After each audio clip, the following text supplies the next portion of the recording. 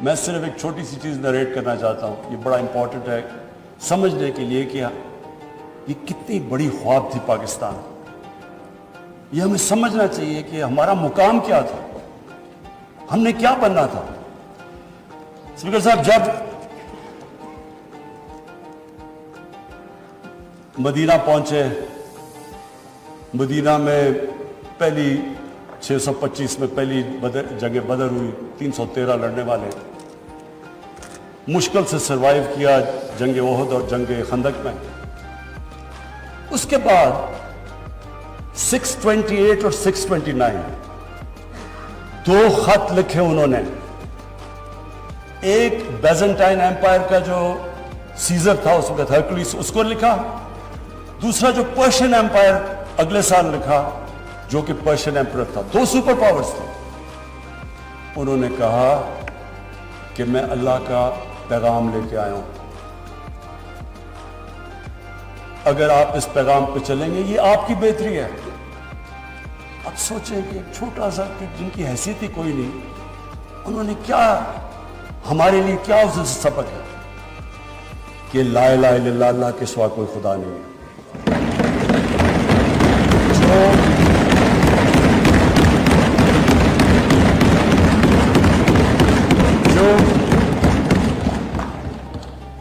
جو اللہ کے سامنے جھکتا ہے وہ کسی انسان کے سامنے نہیں جھکتا, چاہے وہ رومن ایمپرر ہو اور چاہے وہ پرشین ایمپرر ہو. اور کون سوچ رہا تھا کہ وہی جو بڑے ایمپائرز تھے, سپر پاورز تھی, وہ دیکھتے تھے یعنی وہ دیکھیں یہ تو آج تو ماڈرن ڈے ہے, ان دنوں میں تو اونٹ کی ٹریول تھی. تو سوچیں کہ اتنی تیزی سے وہ کیسے کولیپس کر گئے. دیکھیں جو لا الہ الا اللہ ہے نا, وہ انسان میں غیرت دیتا ہے, اور غیرت کے بغیر نہ کوئی انسان بڑے کام کرتا ہے, نہ آج تک قومی غیرت کے بغیر کوئی ملک اٹھا ہے.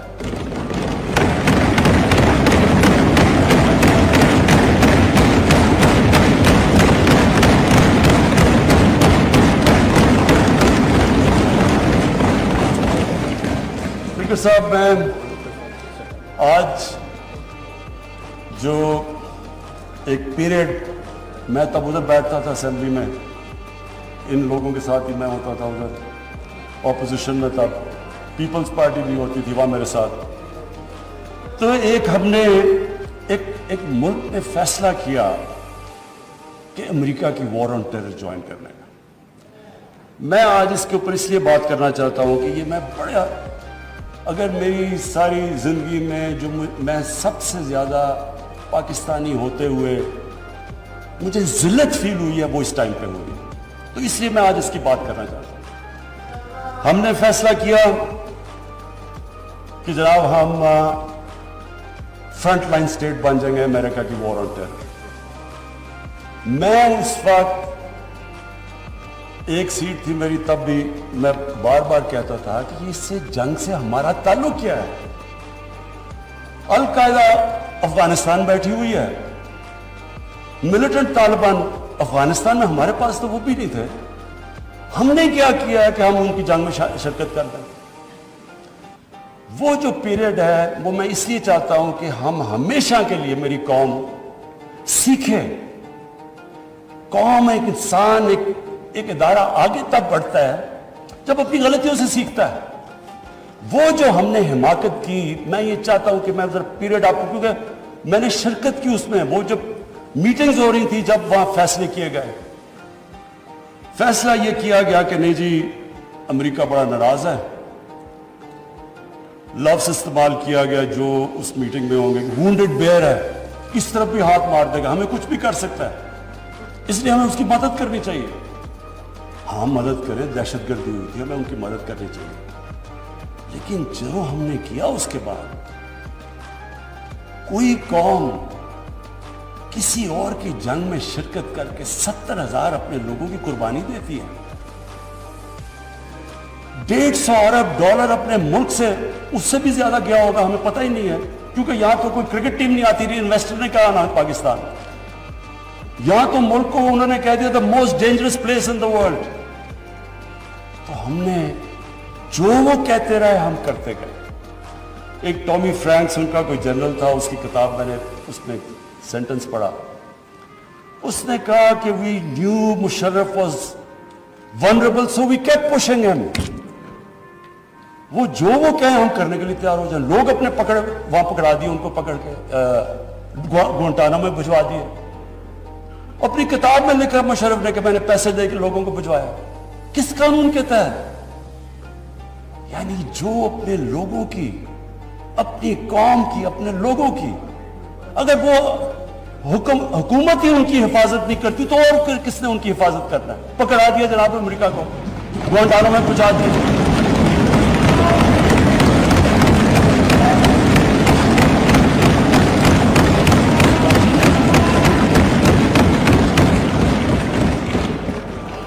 اور یہاں رکی نہیں بات. قبائلی علاقے میں جی وہاں تورا بورا کے بعد ان کے تھوڑے سے القاعدہ آ گیا. القاعدہ تورا بورا کے بعد آ گئے. اوپن بارڈر تھا قبائلی علاقے میں. ہمیں انہوں نے حکم کیا کہ آپ جا کے ان کو اپنی فوج بھیجو قبائلی علاقے میں. چند سو القاعدہ کے پیچھے ہم نے اپنی فوج بھیج دی قبائلی علاقے میں. اب جب فوج قبائلی علاقے میں جائے گی, وہ اپنے لوگ تھے ادھر, جو پھر ادھر سے وہ ڈرون اٹیک کریں, وہاں ہمارے شہری مر جائیں, ادھر ہماری فوج جس کو پتہ ہی نہیں کہ کس کے پیچھے جا رہے ہیں, چند سو لوگوں کے پیچھے قبائلی علاقے میں گئے. اس کا نتیجہ کیا ہوا؟ آدھا ہمارا قبائلی علاقے کے لوگوں نے نقل مکانی کی. وہ قبائلی علاقہ ابھی تک کہیں ریکور نہیں کیا. میری طرح کا آدمی جو کہتا گیا کہ یہ غلط ہو رہا ہے, مجھے طالبان خان بنا دیا. یعنی وہ میں جب کہتا تھا افغانستان میں کوئی ملٹری سلوشن نہیں, جناب یہ پرو طالبان ہے.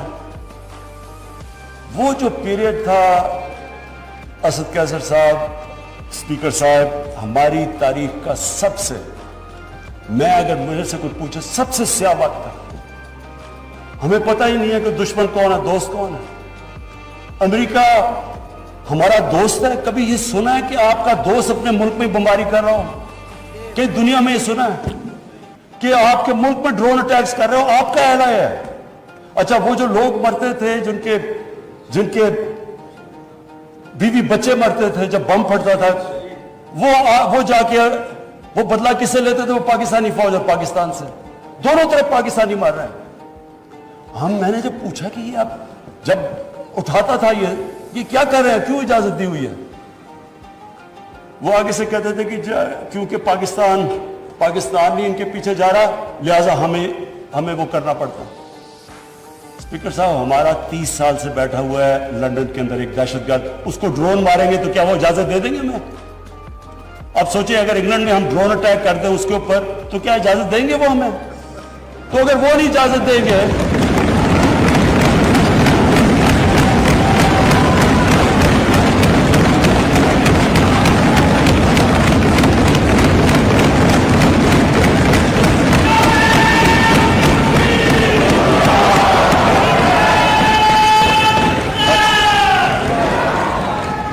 اسپیکر صاحب اگر وہ اجازت نہیں دیں گے تو ہم نے کیوں اجازت دی؟ کیا ہم سب ہیومن ہیں؟ ہم آدھے انسان ہیں؟ یا کیا ہماری کوئی ویلیو ہماری جان کی نہیں جو اتنی کی؟ ہمارے ملک میں اجازت دی گئی گورنمنٹ سے جھوٹ بولنا لوگوں سے کہ نہیں جی ہم مذمت کرتے ہیں ڈرون اٹیکس کی.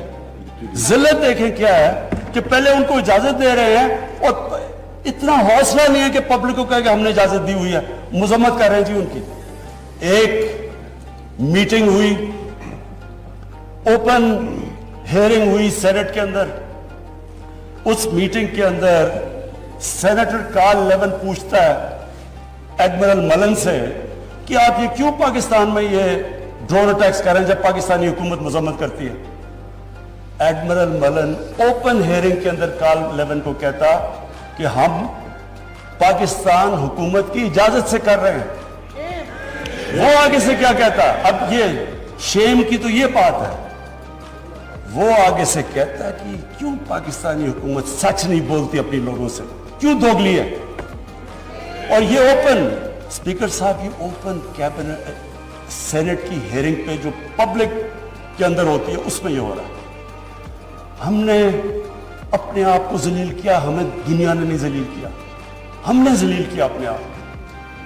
ہم اگر آج ان کو امریکہ کا کیا برا بھلا کہے جب آپ نے خود اجازت دی ہوئی تھی اپنے لوگوں کو مارنے کے لیے.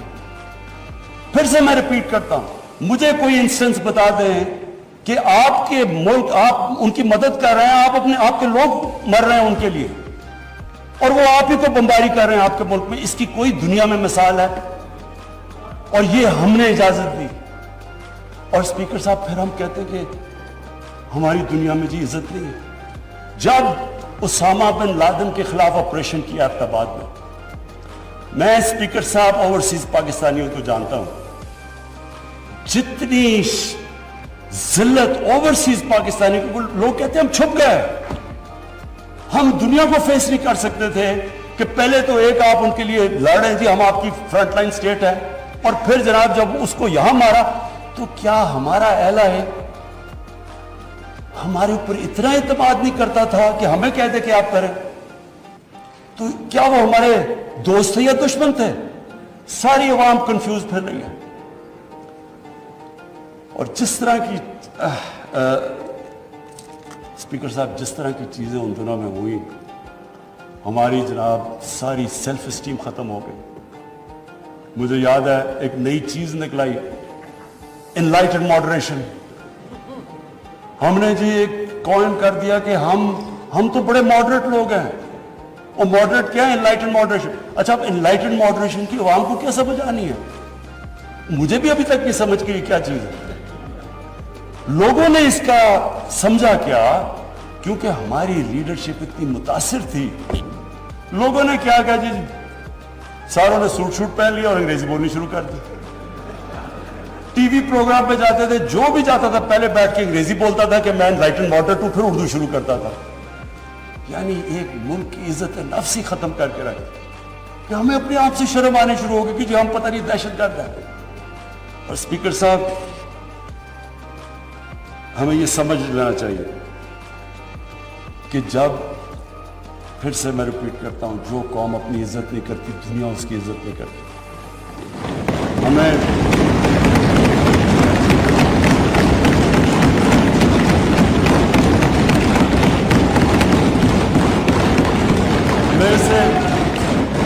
میرے سے پوچھا گیا جی کہ آپ پاکستان بیسز دے گا امریکہ کو. پر دیکھیں, میں اگلا سوال تو اسے یہ پوچھوں کہ جب ہم نے اتنی سروس دی, 70,000 لوگ ہمارے گئے, $150 ارب ہم نے اپنے ملک کا نقصان کر دیا, کیا انہوں نے ہماری تعریف کی؟ کیا انہوں نے اکنالج کیا کہ کتنی قربانی دیا پاکستان نے؟ کوئی دنیا میں ملک ہے جس نے کسی اور کے لیے اتنی قربانی دی ہو؟ انہوں نے الٹا برا بھلا کہا, دوگلے ہو تم. انہوں نے کہا جی افغانستان میں دوگلی گیم کر, افغانستان کی جنگ نہیں جیت رہا, وہ بھی ہمارے پر ڈال دیا. یعنی بجائے کہ اپریشیٹ کرنا, الٹا پاکستان کو برا بھلا کہا گیا. تو اسپیکر صاحب اس سے ہم نے ایک سبق سیکھا, کبھی اس قوم نے کسی کے لیے کسی خوف سے ہم نے اپنی ساورنٹی کے اوپر کمپرومائز نہیں کرنا.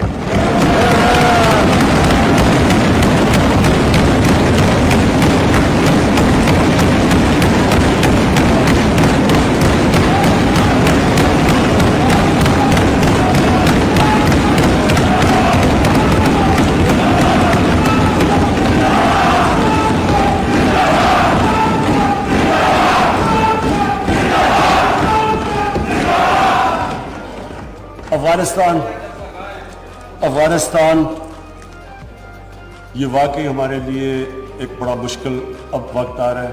میں اپنی ساری قوم کے سامنے ایک چیز کہنا چاہتا ہوں, ہم نے جتنی اور اب یہ بھی میں کہہ دوں کہ ہمارا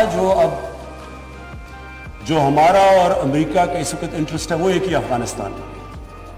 وہ بھی شکر ہے اتنی دیر کے بعد اس نتیجے پہ آ گئے ہیں کہ افغانستان میں ملٹری سلوشن نہیں ہے. جلدی آ جاتے تو شاید اتنا زیادہ خون نہ ہوتا. شکر ہے اب آ گئے ہیں. لیکن ہم تو اس سے پہلے ہمیں اس چیز پہ آ جانا چاہیے تھا, کیونکہ ہم تو جانتے ہیں افغانیوں کو, ہمارے بھائی ہیں, ہمیں ان کی تاریخ پتہ ہے.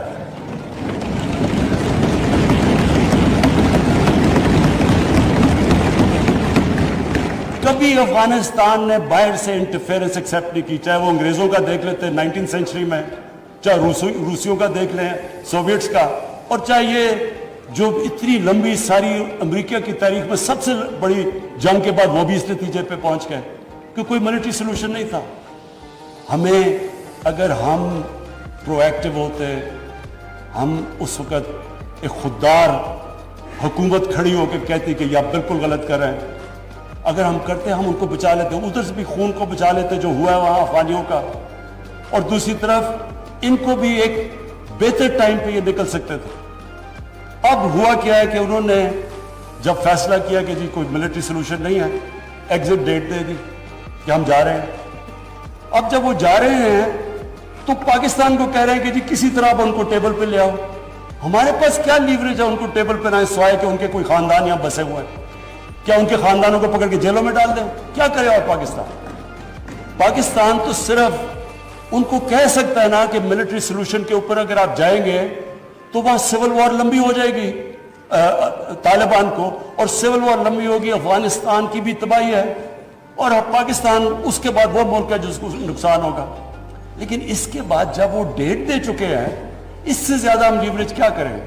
اور مجھے بڑا افسوس ہوتا ہے, میں پریزیڈنٹ غنی کو بھی ملا ہوں, میں ان کے افغانستان بھی گیا, ان کے یہاں بھی لیڈرز کو ملا, میں ان کو سمجھا کے یہ کہہ چکا ہوں کہ ہمارا انٹرسٹ ہے افغانستان میں اس وقت امن ہو. ہم آگے اکانومی کا سوچ رہے ہیں, ہم سینٹرل ایشیا کا سوچ رہے ہیں, ہماری ریجنل ہماری ٹائز ہیں تاجکستان کے ساتھ, ازبیکستان کے ساتھ, ریلوے ہم بن رہے ہیں, ہم تو آگے کا سوچ رہے ہیں. تو ہم تو چاہتے ہیں امن ہو, ہم نہ کوئی اسٹریٹجک ڈیپتھ چاہتے ہیں افغانستان میں.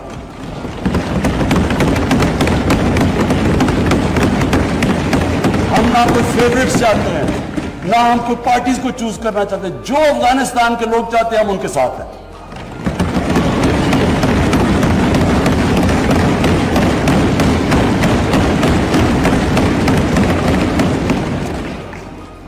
تو ہم پارٹنرز ان پیس تو امریکہ کے ساتھ ہو سکتے ہیں اور ہمیشہ رہیں گے, ہم پارٹنرز ان کانفلکٹ نہیں ہو سکتے.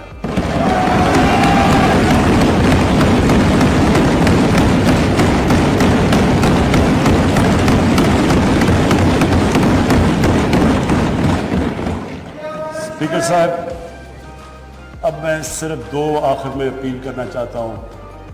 ایک تو اپنے اوورسیز پاکستانیز کو, سب سے پہلے تو ان کا شکریہ ادا کرنا چاہتا ہوں کہ جس طرح انہوں نے ریمیٹنسز, ریکارڈ ریمیٹنسز پاکستان میں بھیجی. آج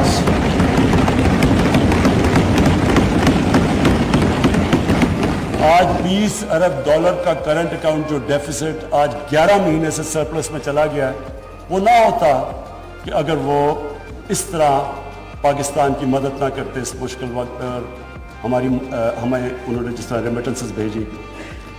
آگے جو میں پرابلم دیکھ رہا ہوں, جیسے جیسے ہماری اکانومی گرو کر رہی ہے, جو پرابلم آنا ہے ہمارے کرنٹ اکاؤنٹ کے اوپر آنا ہے. یعنی کہ ہماری جیسے امپورٹس بڑھتی جائیں گی, اکانومی گرو کرتی جائے گی, تو پریشر آنا ہے ہمارے روپے کے اوپر اور کرنٹ اکاؤنٹ کے اوپر. تو شارٹ ٹرم کے اندر میں اوورسیز پاکستانیز کو یہ کہنا چاہتا ہوں کہ پاکستان یہ آپ کا ملک ہے. آپ نے دیکھ لیا کہ باہر جا کے جو بھی دنیا میں آپ باہر چلے جائیں, اپنے ملک جیسی کوئی جگہ نہیں ہے. میں نے آج بڑی ایک تکلیف دے آج میں نے سٹوری پڑھی. کینیڈا کے اندر ایک تو پہلے پاکستانی خاندان کو انہوں نے ایک گاڑی, ان کا جو انتہا پسند تھا اس نے گاڑی چڑھا دی. اب کل میں نے پڑھا اخبار میں کہ 30-32 سال کا پاکستانی نوجوان جو وہاں گیا ہوا تھا اپنی فیملی کو لے کے, وہ یہ اس کی آج بیان تھا, اس کو چاقو مارا انہوں نے اور وہ ہاسپٹل میں. وہی ریسسٹ, یہ جو اسلاموفوبیا کی وجہ سے جو وہاں کے ریسسٹ ہیں. تو اس نے جو سٹیٹمنٹ دی, میں صرف یہ کہنا چاہتا ہوں کہ وہ ہمارے لیے بڑی تکلیف دہ ہے. اس نے کہا کہ دیکھیں, میں تو یہاں روزی کمانے آیا تھا, اب مجھے خطرہ ہو گیا اپنی بیوی اور بچوں کو. تو یہ سارے اوورسیز پاکستانیوں کو میں آج کہنا چاہتا ہوں کہ دیکھیں, ہم بدقسمتی سے آپ کو نوکریاں یہاں نہیں دے سکے, آپ کو باہر جانا پڑا, اور آپ وہاں کام بھی اچھا کر رہے ہیں, کئی بڑے ایکسل کر چکے ہیں, لیکن یہ ضروری ہے آپ کے لیے کہ آپ کا ملک تکڑا ہو, کہ اگر آپ کو مشکل پڑے اس طرح کی تو آپ کو یہ ہو کہ میں اپنے ملک میں واپس جا سکتا ہوں. اس لیے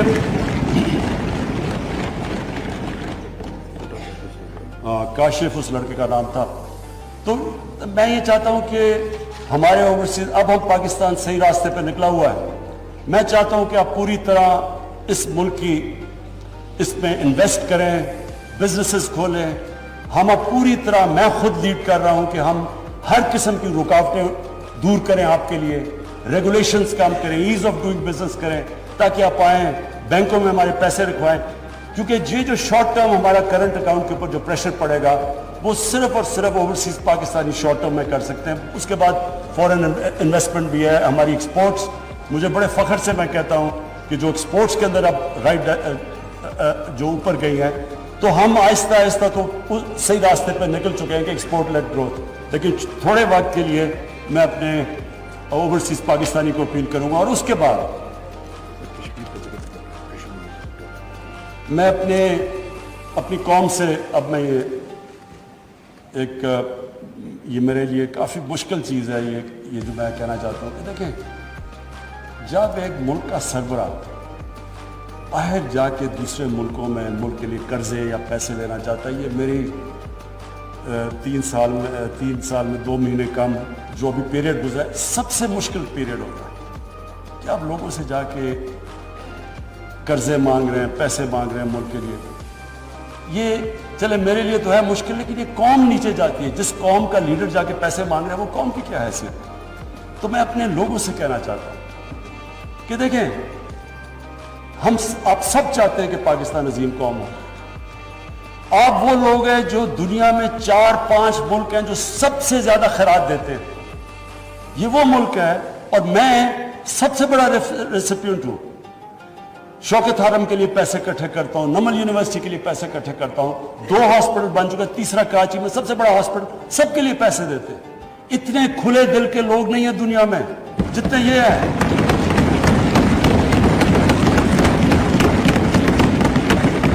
لیکن اسپیکر صاحب, جب ٹیکس دینا ہوتا تو ٹیکس نہیں دیتے. دنیا میں سب سے کم ہم ٹیکس دیتے ہیں. 22 کروڑ ہماری آبادی ہے, مشکل سے 22 لاکھ لوگ ٹیکس دیتے ہیں. 22 لاکھ لوگ کیسے اٹھا سکتے ہیں بوجھ 22 کروڑ لوگوں کا؟ یہ کیسے ملک آگے بڑھ سکتا ہے؟ کیسے ہم انفراسٹرکچر ٹھیک کر سکتے ہیں؟ کیسے ہیومن ڈیولپمنٹ کر سکتے ہیں؟ تعلیم سے کیسے کر سکتے ہیں جب پیسہ ہی نہیں ہے ہمارے پاس؟ ابھی میرے سارے ایم این ایز باری باری میرے پاس آئے پروجیکٹس لے کے, کم از کم کو 500 ارب روپے کے پروجیکٹس مجھے دے دیے, جی یہ بھی بنا دو وہ بھی بنا دو. تو کیسے بنائیں جب پیسے نہیں ہیں آپ کے پاس؟